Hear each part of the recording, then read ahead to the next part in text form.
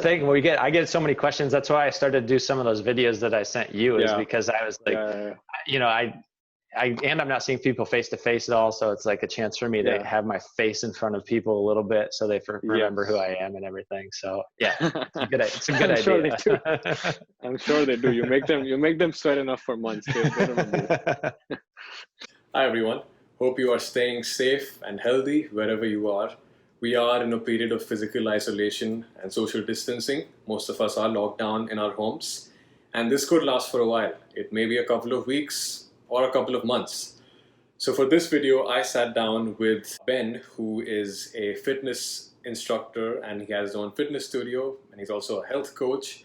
And I asked him some questions around how do we best maintain our health and fitness while in this phase of quarantine and staying inside. And we touched upon establishing routines, stay-at-home workouts, and generally taking care of yourself. Hopefully you find it useful. So obviously, this whole situation is new for a lot of people, and I myself have struggled because I used to always either go to the gym and lift weights or go to the court and play tennis, and now adjusting to just being confined at home and a not knowing what to do, b the routine being thrown off, and not having anyone to go to the gym with, and not having a dedicated place to go, and so on and so forth. It's been hard to get into a routine, and I think a lot of people might be struggling with this problem of starting to work out at home. So what's your advice on this? Yeah, definitely. I think the biggest thing to get over first is just the acceptance, like you mentioned, of just knowing that your schedule is not going to be the same. You're not going to be able to get the same workouts you were getting before, unless if you have your own full gym set up at home, which is awesome, but that's not the majority of us. And Only The so, Rock. right, that's man, I wish I had that kind of setup at home, man. I'd never have to leave the house. Um, but yeah, just kind of that acceptance is a big part, and mentally just getting over the fact that you're probably not going to be able to pursue all your goals in the exact same way that you were before. And everybody's got different goals, but let's say your goal was maxing out your deadlift or your bench and you don't have a barbell at home. Well, you're probably not going to be able to pursue that for a little while. So accept that. That doesn't mean you have to fall far behind, but just means that is not something that you're going to be working on directly the same way that you were before. So get over that fact, quit the whining, the complaining, or take a day or two to whine and complain. That's fine. But then get to work and figure out what you can do. And just know this is kind of a new phase for everybody. As most of us know, the world's changing a ton every day, and our jobs and the economy and all kinds of things are changing around us. And so knowing that workouts are part of that, and there's going to have to be some adaptation, there's going to have to be some change. And so that's kind of the mental side of it, but more into the getting things done side of it. I think the biggest thing people can do that they don't do a very good job of is scheduling things ahead of time. And when you're going to the gym or you're attending classes or things like that, you have a schedule and you know that you're going to go after work, you're going to go at this time, things can stay consistent. But when you're just working out at home and you're home all day long and you don't have a commute, you don't have anything that kind of dictates your schedule the way that you normally would, figuring out how to incorporate your workouts into your schedule is a huge thing. And so committing ahead of time, maybe writing out your schedule at the beginning of the week, saying, all right, well, Monday, Wednesday, Friday, I'm going to do my at-home workouts.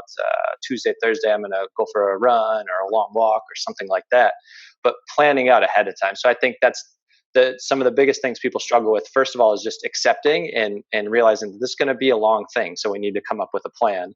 And secondly, just how to incorporate into their schedule and how to try to stay organized with everything, even though there's a lot of disorganization going on around us. Yeah, yeah, no, definitely that makes sense. So getting organized, having a schedule, setting that time out, definitely helpful.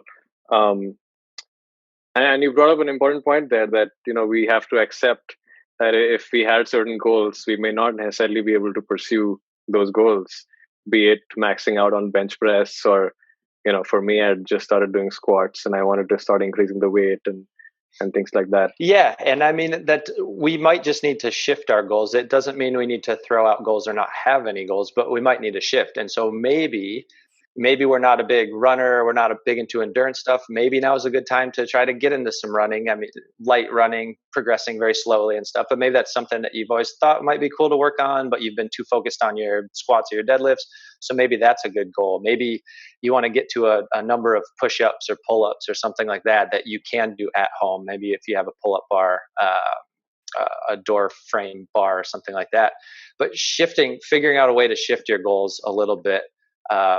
And not just saying, oh, I'm just going to sit around, I'm going to get weak, I'm going to get fat, and then at the end of this, then maybe try to get started at the end. But I think that's a big thing, is shifting goals and coming up with other goals. And maybe your goals aren't numbers. Maybe it's not, I'm not going to squat 250 pounds. It's going to be, I'm going to get in 4 solid circuit training sessions at home every week, or I'm going to go for 3 really long walks every week, and just be flexible to change your goals a little bit, that you can still have fitness goals that might not line up with what you're doing before, but they're still going to be really good for you. And then when things do get back to normal, or whatever the new normal is, you're not going to be so far off from your old goals. But the worst thing you could do is to just say, oh, screw it, I'm not going to do this until we can get back to normal. Because if we don't get back to normal for several months, which might very well be the case, you're going to be pretty far in the hole at that point, versus if you went for walks, did some jogs here and there, got some at-home workouts in, you're going to be in a much better place if you actually make those adjustments. True. No, absolutely. I think acceptance and then trying to make the most of what you have, that's all you can do. Because like you said, if we don't do anything at all, thinking that, oh, I don't have a gym, I can't do my squats or my lifts or whatever, then you will be much worse off than not doing anything at all. And I think there's a lot of content out there for at-home workouts. So I don't want to get into too much detail, but I think we can link some of that here. The other thing I wanted to ask, for a lot of people who have started working out at home and are experimenting with different things, be it lifting heavy things, heavy objects at home, or push-ups, or whatever else. What are some mistakes that you think people make while doing these at-home workouts that we should try to avoid? Well, I think figuring out what is going to work for you is going to be really important, instead of trying to fit into what somebody else has planned, and figure out what type of equipment you have. So, I mean, for people, if they're just trying to figure out how they can work out from home, what they can do, I think the first steps are kind of taking inventory of what equipment you might have. Maybe you have dumbbell or kettlebell, maybe an exercise mat or a yoga mat that you could use, any kind of heavy objects. I mean, milk jugs, laundry detergent, a small child or something like that you can use. Just anything that can be a weight. You can accomplish a lot with just that. And we have, actually, I've got here, but like furniture movers that, they cost a couple dollars.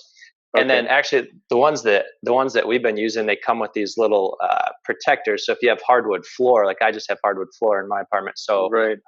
You can slide on there. And then, I mean, there's things you can get for a couple dollars that can give you a lot more options to do. And so figuring out what you have, what you can get, if it's just order something from Amazon, and then go through, kind of like you said, there are a lot of options for at-home workouts out there, but maybe start writing a list of things that you could do, or workouts that you could do, or you try a few different ones off YouTube or something like that, and you find a few that you like. Keep a list of those, and maybe you come up with 5 different workouts that you like, 5 different routines that you like, and then just rotate through those. But not just winging it every time, I think would be helpful. Starting to come up with an organized plan, writing things down that you like, that work well for you, and then building from that. Right, and I think it will take some trial and error for everyone. I know it is for me, as I'm trying these different things out. But on that note, since you mentioned equipment, what equipment? So let's say if I don't have any equipment at all, no dumbbells, no bands, nothing at all. And if I'm willing to spend a little bit of money, not a whole lot, but a little bit of money on maybe buying some stuff, what do you think will give me the most bang for my buck, so to speak? What are like a few things that I could easily order? And Yeah, and like you said, I mean, there's budget, starting from the smallest budget. The sliders would be really good. And there's fitness sliders that you can buy that are, I don't know, $25 or $30. You get furniture movers that are the exact same things, but they're just called furniture movers instead of valve slides or fitness sliders, and they're less than $10. So those would be really good. There's a lot of options that you can do with those.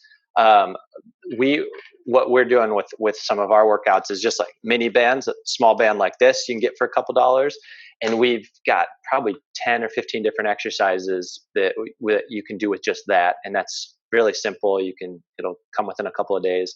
Got foam rolls. If you've got access to a foam roll, those are $15-20 off Amazon. Those are good recovery tools, kind of self massage tools that you can use.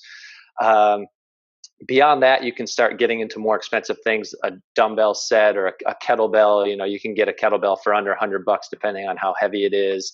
You can do a lot of things with a kettlebell. Then you can start working up to adjustable dumbbells. Those are a couple $100 if you get those, but those can be awesome at home workout things. And you've got all different weights because you just slide the pins to change the weights on those. But I think an exercise mat, the sliders, maybe one of those mini bands, all of that stuff probably less than $50 total. And you can do a ton. And then depending on what your budget's like, you can definitely go up from there and find more things. Awesome. That sounds great. Yeah, I think I'm going to look into some of these stuff, and we'll link all these in the description of the video. Cool. Last final words. Anything that we want to say? It's a crazy time. Any general tips or advice for overall maintaining our health, physical health, mental health, general fitness? Yeah, I mean, taking it as an opportunity to step back and think about ourselves a lot and what we're doing with our health. So, I mean, think about your sleep skills or sleep habits. Those are things that you can definitely improve. And when you don't have a lot of other stuff going on, you can do it. Your nutrition, as we talked about, that's something that you can work on a little bit more without a lot of distractions. And then what we talked about at the beginning, a little bit of just the mindset and just being flexible and being resilient. Resilient's a word I always like to use.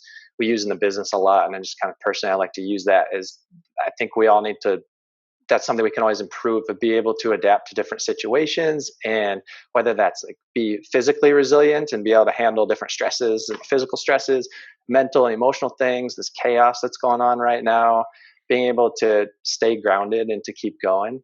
But I think most importantly, just take care of yourselves and take care of other people, and the whole social distancing thing. I mean, do what we need to do to get through this. Like there are people dying, and it's a very serious situation too. It's more than just trying to improve our health. And know that, all these other things won't mean anything if all of a sudden you get sick or a family member gets sick and you're taking care of them. So do everything you can first off to take care of yourself in that regard.